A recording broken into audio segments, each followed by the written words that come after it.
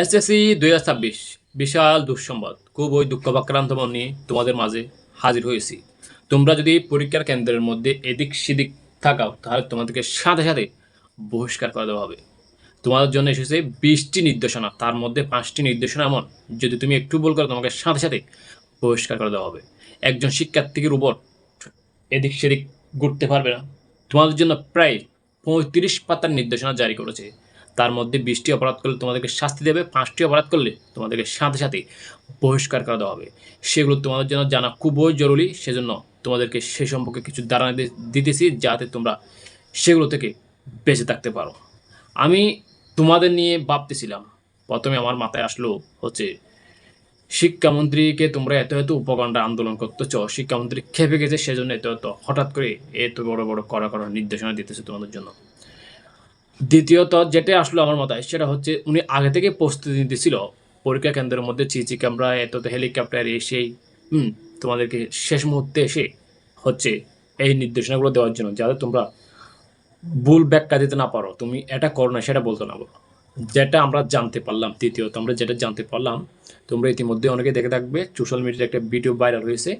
তোমার হচ্ছে একজন শিক্ষার্থী শিক্ষকের গায়ে হাত তুলছিল গত বছর। সেটা যখন ভাইরাল হয়েছে সেটা দেখার পরে শিক্ষামন্ত্রী অলরেডি খেপে গেছে, যাতে এরকম অনাকাঙ্ক্ষিত ঘটনা না ঘটে। গত বছর একজন শিক্ষার্থী হচ্ছে তোমার একজন শিক্ষকের গায়ে হাত তুলছিল, শিক্ষক তাকে বলছে তুমি দেখে দেখে লিখিও না। তারপর উনি যখন দেখে দেখে লিখছিল, তাকে হচ্ছে তোমার হচ্ছে শীটটাকে তোমার হচ্ছে পরিবর্তন করে দেওয়া হয়। শীটটাকে পরিবর্তন করে দেওয়ার সে কী হচ্ছে, টুলের মধ্যে এভাবে হেলাম দিয়ে পড়ছে। যখন হেলাম দিয়ে পড়ছে, শিক্ষক সাথে সাথে তার থেকে খাতে নিয়ে পড়ছিল। শিক্ষার্থী তাকে গিয়ে মারধর করছে। সেটা দেখার পরে শিক্ষামন্ত্রী আরও কঠোর হয়ে গেছে, বুঝছো। সেগুলো যদি সে ব্যাপার যদি শিক্ষককে কেউ যদি দমক দেয়, শিক্ষকের সাথে যদি কেউ খারাপ আচরণ করে, তাকে 2 বছরের বহিষ্কার করতে বলা হয়েছে। আমি মানলাম সেগুলো অপরাধ করলে অবশ্যই শাস্তির প্রয়োজন, নকল করলে অবশ্যই শাস্তির প্রয়োজন, তাই না, শাস্তি দিতে হবে, আমিও মানি, সেটা আমি একমত। কিন্তু একজন টপার স্টুডেন্ট, একজন ভালো স্টুডেন্ট কি পরীক্ষা কেন্দ্রের মধ্যে এদিক সেদিক একটু নড়াচড়া করবে না? তোমরা সেগুলো যদি ইন্টার থেকে করলে, বা আর একটা কথা, তোমরা প্রথমবার বোর্ড পরীক্ষা দিতেছ, তোমাদের মধ্যে অলরেডি বই কাজ করতেছে, তোমাদেরকে বলা প্রয়োজন। তোমরা যদি সত্তা কর, তোমাদেরকে বই পাওয়ার কোনো প্রয়োজন নাই। শিক্ষামন্ত্রী এ পর্যন্ত এমন একটা কথা বলে নাই, তোমাদের মনে একটাও পর্যন্ত সাহস জোগাড় করো না। কিন্তু ওনার বলার প্রয়োজন ছিল, তোমরা যদি সত্তা কর তাহলে তোমাদেরকে বই পাওয়ার কোনো প্রয়োজন নেই। উনি বলতেছে এটা করতে পারবে না, সেটা করতে পারবে না, ওটা করতে পারবে না। কী বলবো ভাই, কী বলছি তোমাদেরকে আমি সান্ত্বনা দেবো, সেই ভাষাটাও আমার জানা নাই, বুঝছো। তারপরেও তোমাদেরকে বই পাওয়ার প্রয়োজন নাই, তোমরা অসাধু অবলম্বন করতে যাবে না।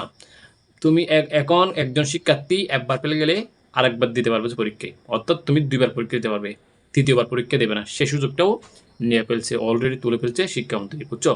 তোমার হচ্ছে খাতের মধ্যে যদি কোনো লেখা পাই তাহলে তোমাকে বহিষ্কার করা হবে সাথে সাথে। 1 বছরের জন্য বহিষ্কার, একটা পরীক্ষা বহিষ্কার না, সাথে সাথে একটা বছরের জন্য বহিষ্কার করাতে হবে। অনেকেই করে এমসিকিউর ক্ষেত্রে সেট কোড, তোমার হচ্ছে সেট কোড পাশাপাশি মেলানোর জন্য একজনটা আরেকজনকে দেয়, মানে সেট কোড মেলানোর জন্য, লেখার জন্য সহজ হয়। সেরকম যদি তোমরা করো তাহলে তোমার হচ্ছে সাথে সাথে তোমাকে বহিষ্কার। তোমার কাপড়ের মধ্যে কোনো লেখার পর পেলে তোমাকে সেটা লাল মার্ক দিয়ে চিহ্ন করতে বলা হয়েছে, তোমাদেরকে 1 বছরের জন্য বহিষ্কার করতে বলা হয়েছে। আর যে দেখাবে, দেখাদেখি করলো, সাথে সাথে 1 বছরের জন্য বহিষ্কার, সাথে সাথে 1 বছরের বহিষ্কার। যে দেখাবে তাকেও বহিষ্কার করা হবে। জানালার ফাঁক দিয়ে যদি তোমরা কোনো কিছু ফেলে দাও তাহলে তোমাদেরকে সাথে সাথে বহিষ্কার করতে বলা হয়েছে, বুঝছো। তোমরা এসব বিষয় থেকে এড়িয়ে চলবা, এসব বিষয় এড়িয়ে চলবা। সব ঠিক আছে বুঝলাম, কিন্তু এটা বুঝতে পারতেছি না, ওই সমীকরণটা আমি মেলাতে পারছি না। পরে একজন শিক্ষার্থী এদিক সেদিক পেতে পারবে না। তোমরা প্রথমবার বোর্ড পরীক্ষা দিতেছো, তোমাদের মধ্যে অলরেডি বই কাজ করতেছে, সেটা কিন্তু একদমই গ্রহণযোগ্য নির্দেশনা হয় নাই, বুঝছো। যাক, তোমাদের বই পাওয়ার কোনো কারণ নাই, নিশ্চয় আল্লাহ তালা সর্বোত্তম পরিকল্পনাকারী। তোমরা হচ্ছে এই প্রথম বেস। এত কঠোর 2025 সালে এত কঠোর হয়েছে পরীক্ষা, 2024 থেকে আমরা দেখতে 2025 কঠোর হয়েছিল, কিন্তু তোমাদের মতো এত কঠোর কেউ হয় নাই, এত কঠোরভাবে কেউ পরীক্ষা দেয় নাই। 2026 এখন তোমরা যে 2027 থেকে আরও কঠোর হবে, বুঝছো। তোমাদের প্রশ্নপত্র অলরেডি হচ্ছে শিক্ষা উপদেষ্টা তৈরি করে ফেলছিল, একটু সহজ হতে পারে, কিন্তু 2027 অলরেডি অনেক পরিবর্তন আসবে, হচ্ছে তোমার হচ্ছে অনেক কঠোর হবে, বুঝছো। নিশ্চয় আল্লাহ তাআলা সর্বোত্তম পরিকল্পনাকারী, মনের মধ্যে সাহস রাখবা আর এসব বিষয় এড়িয়ে চলার চেষ্টা করবা। ধন্যবাদ সবাইকে। আসসালামু আলাইকুম ওয়া রাহমাতুল্লাহ।